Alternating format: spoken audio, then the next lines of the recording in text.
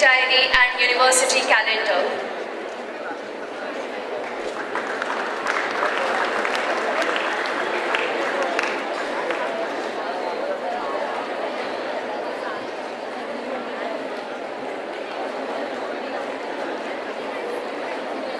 I also request students to listen to him very carefully, as it will be a unique opportunity to listen to him and get the tips of effective communication. Thank you, sir.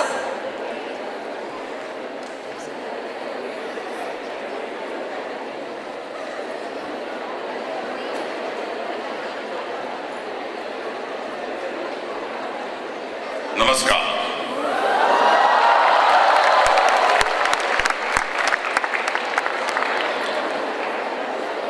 या ठिकाणी उपस्थित असलेले मुंबई विद्यापीठाचे कुलगुरू श्री वेळुकरजी,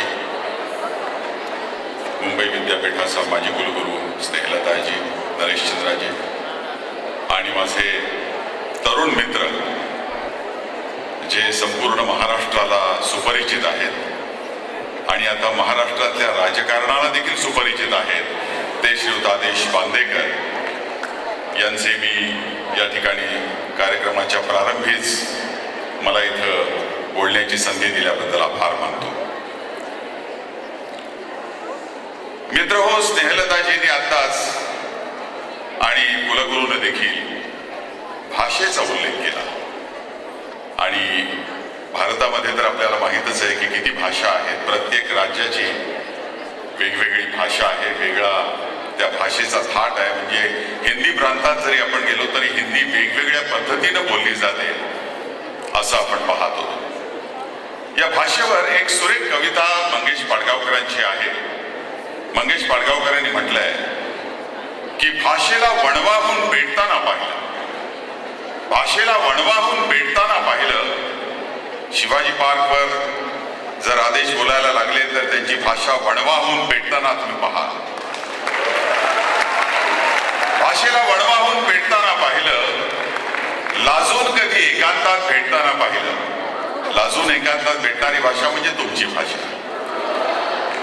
लाजून कधी एकांतात भेटताना पाहिलं, तोंडाचं बोळकं झाली म्हातारीची भाषा, अध्यात्माची सुपारी फुटताना पाहिलं. त्यानंतर पाडगावकर म्हणतात, बोधीच्या वृक्षाखाली अचानक भाषा साक्षात्कारी मौनामध्ये मिटताना पाहिलं. बोधीच्या वृक्षाखाली अचानक भाषा साक्षात्कारी मौनामध्ये मिटताना पाहिलं. आणि शेवटी म्हणतात, तानुल्याच्या कानुल्याच्या तोंडची भाषा अर्थाच्या फासातून सुटताना पाहिलं. तर अशी ही भाषा आहे. या भाषेचे वेगवेगळे रंग घेऊन आपण जगत असतो. त्या भाषेवर तेवढंच आपण प्रेम करत असतो. मी मनाशी विचार करत होतो की एज्युटेनमेंट, जसं आपण इन्फोटेनमेंट म्हणतो, इन्फॉर्मेशन आणि एंटरटेनमेंट, एज्युकेशन आणि एंटरटेनमेंट, या विषयावर मला कुलगुरूंनी बोलायला सांगितलेलं आहे. तेव्हा या विषयावर बोलत असताना माझी त्यांनी निवड का केली असावी? कारण गेली जवळजवळ 35 वर्ष मी दूरदर्शन आणि झी 24 तासवर बातम्या वाचत आलो. त्यामुळे एवढी वर्ष बातम्या वाचणारी माणसं ही स्वतःला नंतर नंतर सर्वज्ञ समजायला लागतात. जगातलं आपल्याला सगळं काही कळतं असं समजायला लागतात. पण तुम्हाला मी माझा एक अनुभव सांगतो. आताच खांडगेंनी माझा परिचय करून दिला तेव्हा त्यांनी सांगितलं की रयत शिक्षण संस्थेमध्ये प्रदीप भिडे यांचं शिक्षण झालं. माझे आई वडील 6 गावामधून महाराष्ट्राच्या शिक्षक होते आणि त्यांच्या बरोबर आमची सगळ्या 6 गावातून भ्रमंती झाली. आणि नंतर फर्ग्युसन कॉलेजमध्ये मी शिकलो, नंतर विद्यापीठात, पुणे विद्यापीठात शिकलो. तर या संपूर्ण भ्रमंतीच्या अनुषंगाने एवढे हिंडल्यानंतर आणि एवढी 35 वर्ष बातम्या वाचल्यानंतर मी एकदा आमच्या गावाला गेलो, जिथे मी शिकलो त्या गावामध्ये गेलो. आणि गावामध्ये बांधावरून मी चाललेलो होतो तेव्हा तिथल्या शेतकऱ्याला मी विचारलं, अहो रोपं एवढी छान हिरवीगार दिसत आहेत, किती खत घातलं म्हणजे याला चांगली वांगी येतील? तेव्हा तो शेतकरी भाऊ म्हणाला, भिडे साहेब, तुमच्या हाडाचं खत घातलं तरी याला चांगली वांगी येणार नाही, कारण ही मिरच्याची रोप आहे. म्हणजे एवढा आपल्याला अभिमान वृथा अभिमान म्हणतो, आपण अर्ध्या अळकुंडाने पिवळे होतो, पण कुठंतरी तो अभिमान हा वृथा असतो याची जाणीव आपल्याला सातत्यानं पाहिजे. इतकी वर्ष बातम्या वाचून देखील मला काहीच कळलं नाही शेतीतलं, हे मला त्या साध्या सुध्या शेतकरी बांधवानं मला समजावून सांगितलं. मित्रांनो, आताच मी सुरुवातीला म्हटलं त्याप्रमाणे इन्फोटेनमेंट किंवा एज्युटेनमेंट, एज्युकेशन आणि एंटरटेनमेंट याचा जो संगम झाल्यानंतर आपण या एज्युटेनमेंट या क्षेत्रामध्ये शिरतो. एज्युटेनमेंटचं क्षेत्र फार मोठं होणार आहे पुढच्या काळामध्ये. आणि आताच 24 तास वाहिन्या पाहिल्यानंतर किती एंटरटेनमेंट लोकांची होते हेही आपल्याला माहिती आहे. कारण 24 तास बातम्या पाहिल्यानंतर कित्येक लोक मला असं म्हणतात की तुमच्या दूरदर्शनच्या बातम्या चांगल्या होत्या, आम्ही पुन्हा दूरदर्शनच्या बातम्या पाहायला लागतो, कारण सेन्सेशनल किती वेळ पाहणार असं लोक म्हणत असतात. तर हे क्षेत्र जे टेलिव्हिजनचं क्षेत्र आहे आणि हे संपूर्ण एज्युकेशनच्या क्षेत्राशी निगडीत किंवा त्याच्याशी इंटिग्रेट करण्याचा जो भाग आहे, याबद्दल आपल्याला काहीतरी थोडंफार माझ्याकडून जाणून घ्यायचं आहे. प्राध्यापक राव नावाचे एक गृहस्थ होते. तर थर्मोडायनामिक्स हा विषय शिकवताना पुण्यामध्ये एके दिवशी ते बर्फाचा मोठाच्या मोठी लादी अशी बरोबर घेऊन आली, छोटीशी हातात धरता येईल अशी, आणि ती आणल्यानंतर त्यांच्या हातातून ती पडली आणि ते फुटलं. आणि तेव्हापासून मुलं एकदम चकित झाली, हे काय शिकवत आहेत. आणि त्यानंतर त्यांनी थर्मोडायनामिक्स या विषयावर लोकांना सुरुवात केली शिकवायला. देवधर नावाचे जे प्रख्यात शास्त्रज्ञ, हे प्रख्यात शास्त्रज्ञ सांगतात की 1951 साली पुण्याच्या इंजिनिअरिंग कॉलेजमध्ये जेव्हा ते शिकत होते तेव्हा त्यांना शिकवणारे एक डॉक्टर अय्यर नावाचे जे टेलिकम्युनिकेशन हा विषय त्यांचा होता, ते वर्गामध्ये रेडिओज घेऊन आले आणि रेडिओ त्यांनी आपल्या वर्गामध्ये लावला आणि ते म्हणाले की मुंबई आकाशवाणीच्या एका रूममध्ये जी रेकॉर्ड लागली ती आपल्याला इथे या वर्गात, इथे इंजिनिअरिंगच्या वर्गात कशी ऐकू येते. थोडक्यात अशी साधी उदाहरणं देऊन जे प्राध्यापक आपल्याला शिकवत असतात त्या प्राध्यापकांचं शिकवणं विद्यार्थ्यांना नेहमी आवडत असतं, उदाहरणं देऊन, सोदाहरण. तर हे एज्युटेनमेंट म्हणजे काय हा तुमच्या मनामध्ये एक प्रश्न निश्चित असेल. पुण्याला मी एका शाळेच्या उद्घाटनाच्या कॉम्पेअरिंगसाठी गेलो होतो, सूत्रसंचालन करायला. म्युन्सिपाल्टीची शाळा होती आणि झोपडपट्टीत राहणाऱ्या मुलांसाठीची ती शाळा होती. त्या शाळेचं नाव होतं दप्तरा विना शाळा. त्या शाळेमध्ये जी मुलं यायची ती हातात दप्तर न घेता त्यांनी शाळेमध्ये यायचं आणि त्यांच्या वर्गामध्ये त्यांना वेगवेगळ्या विषयाच्या कॅप्सूल्स व्हिडिओच्या माध्यमातून आणि शिक्षक असे दोघं मिळून त्यांना ते शिकवतात. पुण्यामध्ये शाळा आहे आणि म्युन्सिपाल्टीची ही शाळा आहे. तेव्हा म्युन्सिपाल्टीच्या शाळेमध्ये देखील अशा तऱ्हेचे प्रयोग व्हायला सुरुवात झालेली आहे मित्रांनो. म्हणजे शिक्षणामध्ये व्हिज्युअल कंटेंटचा जर तुम्ही वापर केला तर आपल्याला एज्युटेनमेंट या माध्यमातून लोकांच्या, मुलांच्या हृदयापर्यंत पोहोचता येतं. या टेलिव्हिजनच्या विश्वामधल्या काही 2 घटना मी तुम्हाला खास करून सांगणार आहे आणि त्या सांगितल्यानंतर हा टेलिव्हिजन जो आहे तो नुसतं एंटरटेनमेंट नाहीये, तर त्यामध्ये माहिती, ज्याला इन्फोटेनमेंटचा मागाशी मी उल्लेख केला, तो पण कसा आहे हे तुम्हाला कळेल. 1993 साल तुम्हाला आठवत आहे, मुंबईमध्ये अनेक ठिकाणी त्या वर्षी बॉम्बस्फोट झाले. 1993च्या बॉम्बस्फोटामध्ये वरळीला जो बॉम्बस्फोट झाला त्याची तीव्रता इतकी प्रचंड होती की बसस्टॉपवर जी मुलं उभी होती त्या RDXच्या स्फोटाचं ते केंद्रस्थान वरळीचा बसस्टॉप होता आणि त्यामध्ये त्या मुलांचे देह जळून खाक झाले. पासपोर्ट ऑफिस टेलिव्हिजन सेंटरच्या आमच्या जवळ. त्यानंतर स्टॉक मार्केटच्या तिथं देखील झाला, एअर इंडिया बिल्डिंग मध्ये झाला, मुंबईमध्ये अनेक ठिकाणी बॉम्बस्फोट झाले. आणि त्या दिवशी मला न्यूजची ड्युटी होती, बातम्या मला वाचायच्या होत्या दूरदर्शनवर. मी घरातून फोन केला, मला सांगण्यात आलं की तुम्ही टीव्ही सेंटरला जाऊच नका, रस्त्यावर प्रचंड गर्दी झाली आहे, रस्त्यावर सगळी ऑफिसेस सोडलेली आहेत, तुम्हाला रस्त्यावर जाताच येणार नाही. तरी देखील मी फायर ब्रिगेड आणि पोलिसांना फोन केला, तुम्हाला फक्त ट्रेनने तुम्ही गेलात तर जाऊ शकाल. मी ट्रेनने एल्फिन्स्टन रोड स्टेशनला उतरलो. उतरल्यानंतर मी चालायला लागलो.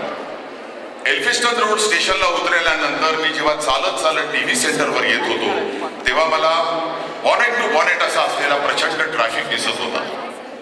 सगळ्या गाड्या बंद होत्या, सगळे रस्ते बंद झाले होते ट्रॅफिकमुळे.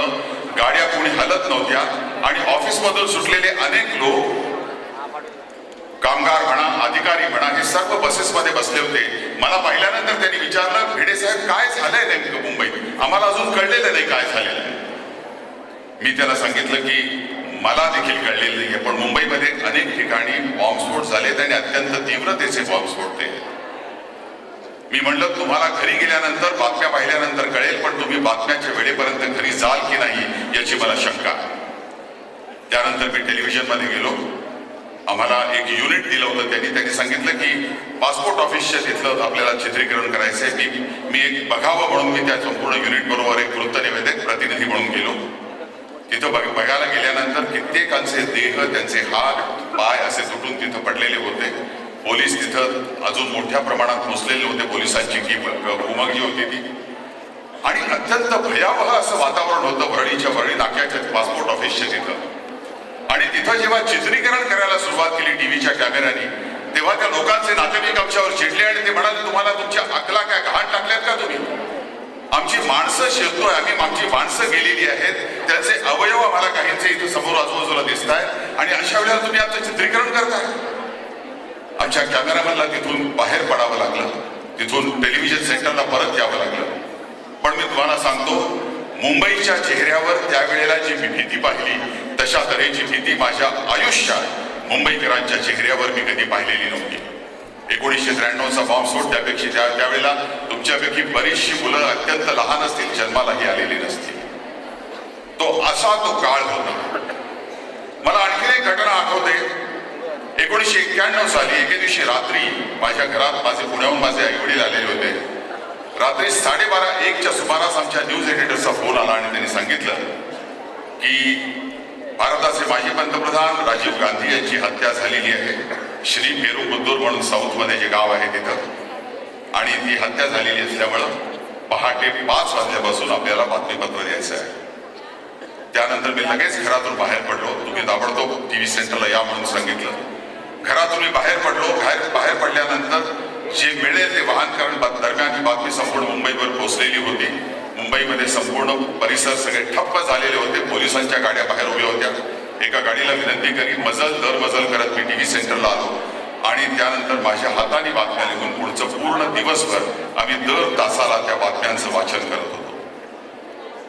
तुमच्या राजकीय निष्ठा काहीही असो, पण भारताचे माजी पंतप्रधान आणि ज्या निर्घृण पद्धतीनं LTTEच्या त्या माणसांनी त्यांची हत्या केलेली होती साऊथमध्ये, अत्यंत हृदयद्रावक अशी ती गोष्ट होती आणि त्याचं संपूर्ण दिवसभर वाचन टेलिव्हिजनवर आम्हाला करावं लागलं होतं. मी तुम्हाला म्हणतोय की जसं एज्युटेनमेंट तसं इन्फोटेनमेंट म्हणून देखील टेलिव्हिजन हे माध्यम किती महत्वाचं आहे, किती सशक्त आहे याचं दर्शन हे आपल्याला घडवतं. आणि नंतर अलीकडच्या काळात अनेक वेळा आपण पाहिलेलं आहे की या टेलिव्हिजनच्या माध्यमातून, ज्याला ब्रेकिंग न्यूज या पद्धतीने म्हणतो, मुंबईमध्ये जेव्हा दहशतवादी हल्ला झाला त्यावेळेला देखील मुंबईचं दर्शन, मुंबईच्या चेहऱ्यावरची भीती, ओबेरॉय आणि तो जो ताजमहल हॉटेलचा परिसर, त्या परिसरामध्ये दहशतवाद्यांचं थैमान, हे सगळं आपण पाहिलेलं आहे.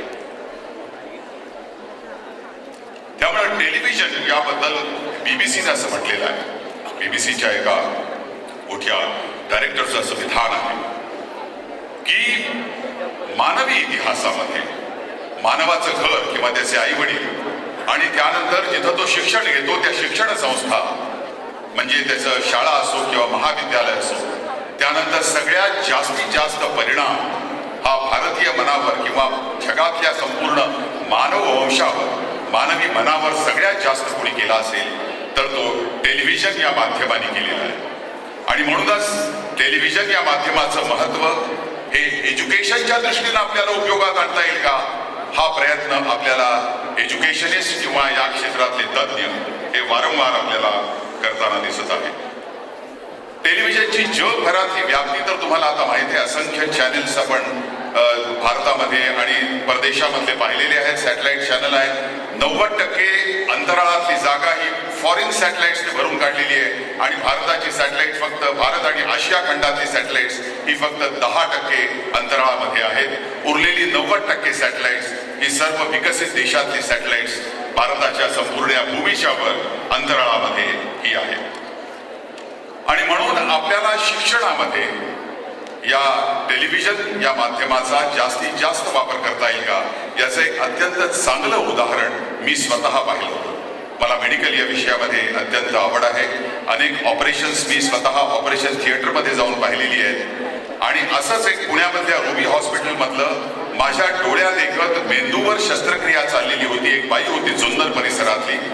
त्या बाईचं डोकं प्रचंड दुखत होतं आणि तिनं अनेक उपाय केले, अनेक देवदेवकी केली, अनेक उपाय केले, काही उपाय आला नाही. तिच्या डोक्यामध्ये शेवटी नॉन मॅलिग्नंट कॅन्सर होता असं लक्षात आलं आणि पुण्यातले चारुदत्त आपटे यांनी केलेली ही सर्जरी माझ्या डोळ्यांनी मी रुबी हॉस्पिटलमध्ये पाहिली. आणि त्यावेळेला त्यांची जी सर्जरी होती ती त्यावेळेला देखील सॅटेलाइटच्या माध्यमातून भारतातल्या इतर हॉस्पिटलमधल्या विद्यार्थ्यांनी म्हणजे मेडिकलच्या विद्यार्थ्यांनी पाहिलेली होती. म्हणजे या सॅटेलाइटच्या माध्यमातून आपल्याला या महत्वाच्या ज्या सर्जरीज आहेत त्या सर्जरी देखील या विविध ठिकाणी विविध मेडिकल हॉस्पिटल्समध्ये त्याचं दर्शन या टेलिव्हिजनच्या माध्यमातून देता येतं. आणि उत्तमोत्तम सर्जन्सनी केलेल्या सर्जरीज ज्या आहेत त्या सर्जरीज तिथल्या सर्जन्सना देखील पाहता येतात, त्यातून ते शिकू शकतात.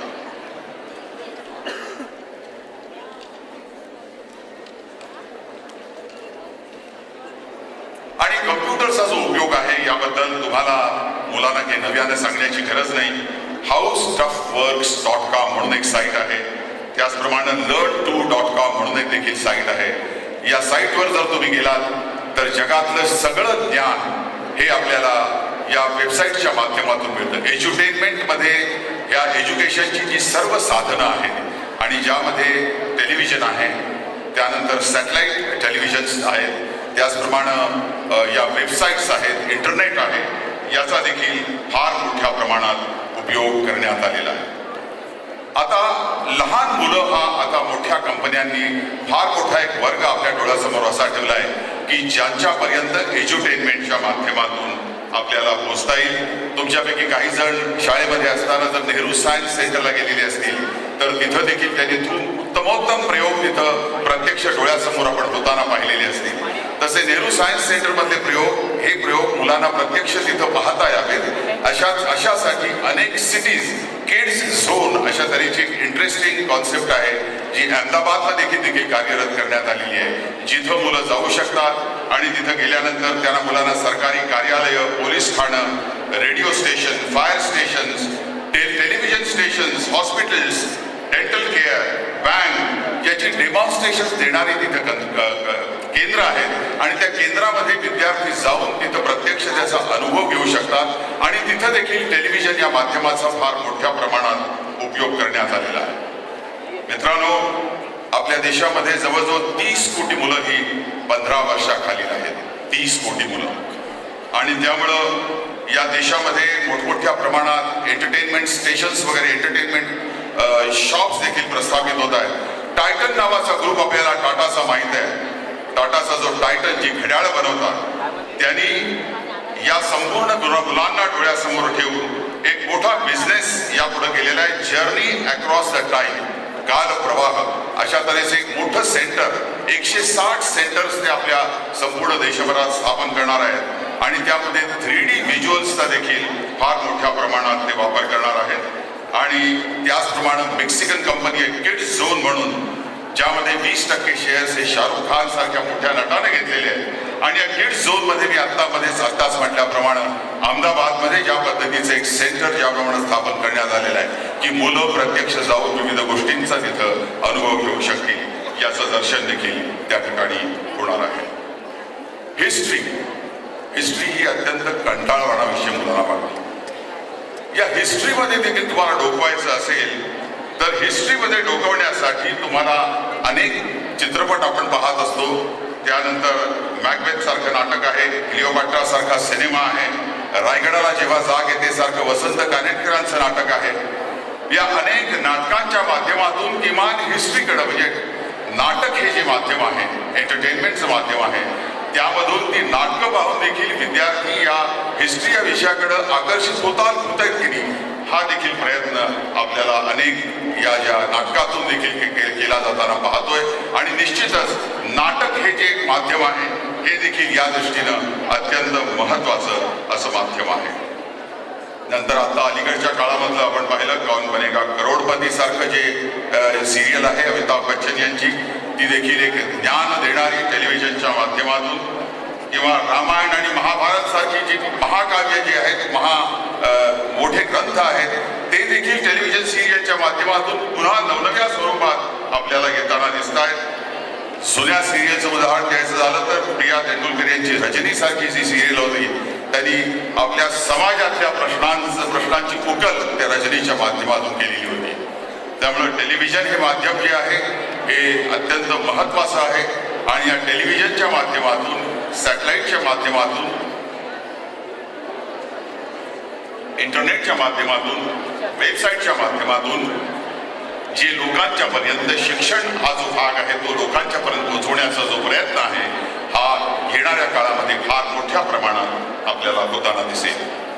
मला या व्याख्यानाच्या निमित्तानं इथं आवर्जून बोलावलं त्याबद्दल मुंबई विद्यापीठाचे सर्व पदाधिकाऱ्यांचं पुन्हा एकदा मी मनापासून आभार मानतो आणि माझं हे छोटंसं भाषण संपवतो.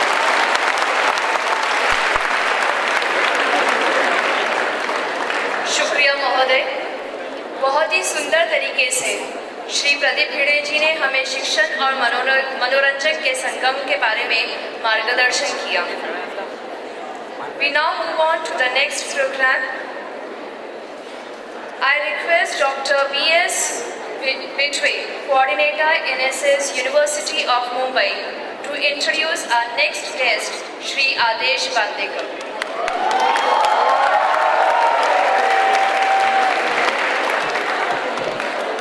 नमस्कार मित्रांनो, उपस्थित आपल्या विद्यापीठाचे प्रकुलगुरू भिडेजी, आदेश बांदेकरजी, मान्यवर प्राचार्य, सर्व महाविद्यालयातून आलेले कार्यक्रमाधिकारी आणि प्राध्यापक, मी फक्त या ठिकाणी 2च मिनिटे घेणार आहे, कारण त्यांच्या आतुरतेने आपण वाट पाहत आहात.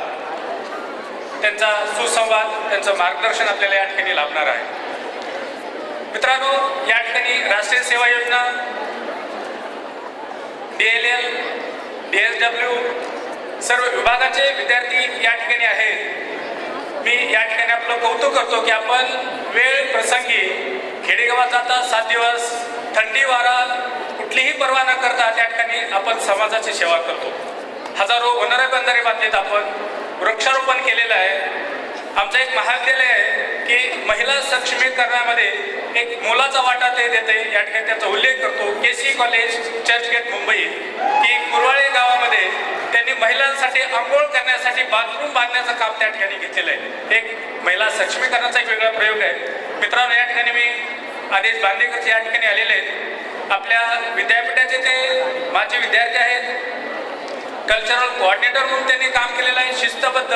आणि त्यांच्या कारकिर्दीपासून तेव्हापासून आपल्या विद्यापीठाला सतत नॅशनल चॅम्पियनशिप आपण कमावत आलेलं आहे. आजही आपण त्या कल्चरल कमिटीमध्ये प्रावीण्य मिळवलेलं आहे. विशेष बाब म्हणजे की ते शिस्तबद्ध आहेत. म्हणजे कुठलाही कार्यक्रम असेल तर तो शिस्तीत पार पाडला पाहिजे.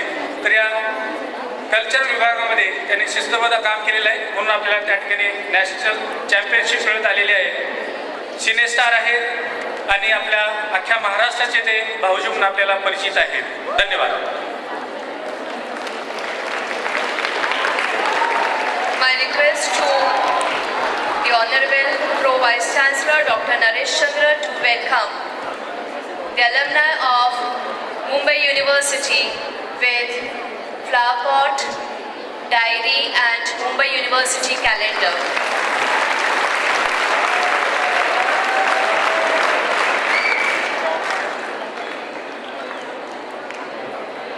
Shri Adesh Bandekar has suggested that instead of giving a talk, he is more interested in having an interaction.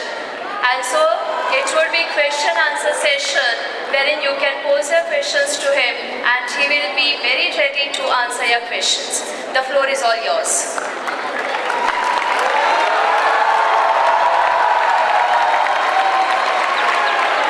धन्यवाद.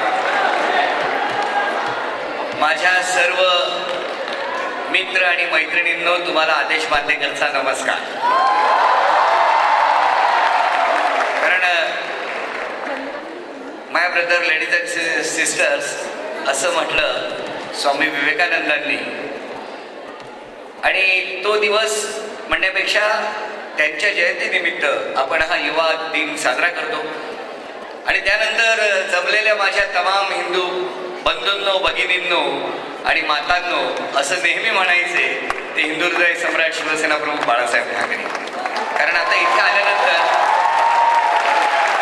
दोन गोष्टींचा उल्लेख झाला. एकीकडे विद्यार्थी नंतर मुंबई विद्यापीठाचा सांस्कृतिक समन्वयक आणि त्यानंतर पटकन प्रदीप भिडेजींनी आता जेव्हा उल्लेख केला की आता आदेशकडे राजकारणातला म्हणून सुद्धा बघितलं जातं, पण ज्या विद्यापीठाने आदेशवरती संस्कार केले त्याच विद्यापीठाच्या वास्तूमध्ये एवढंच सांगतो, आदेश बांदेकर राजकारणात शिवसेनेच्या माध्यमातून काम नक्की करतोय, पण आदेश त्या मार्गावरती राजकारण करण्यासाठी गेलेला नाही तर समाजकारणाचा मार्ग त्याने अवलंबलेला आहे. एवढं सांगताना तुम्हाला मित्रांनो, जसं मॅडमनी सांगितलं तसं आज क्वेश्चन आन्सर सेशन. कारण मला असं वाटतं की इतका वेळ तुम्ही ऐकता आहात आणि इथे सगळे बोलत आहेत. मी जेव्हा विद्यार्थी होतो, कारण आजही मी विद्यार्थी आहे, पण जेव्हा विद्यार्थी होतो तेव्हा मला नेहमी वाटायचं की आज मला बोलायला मिळालं तर, पण मी कुठेतरी शेवटच्या रांगेत होतो. मित्रांनो, मला कधी माहिती नव्हतं की मुंबई विद्यापीठात एका एकांकिका रुपारेल महाविद्यालयाची दिग्दर्शन करायला आलेला आदेश बांदेकर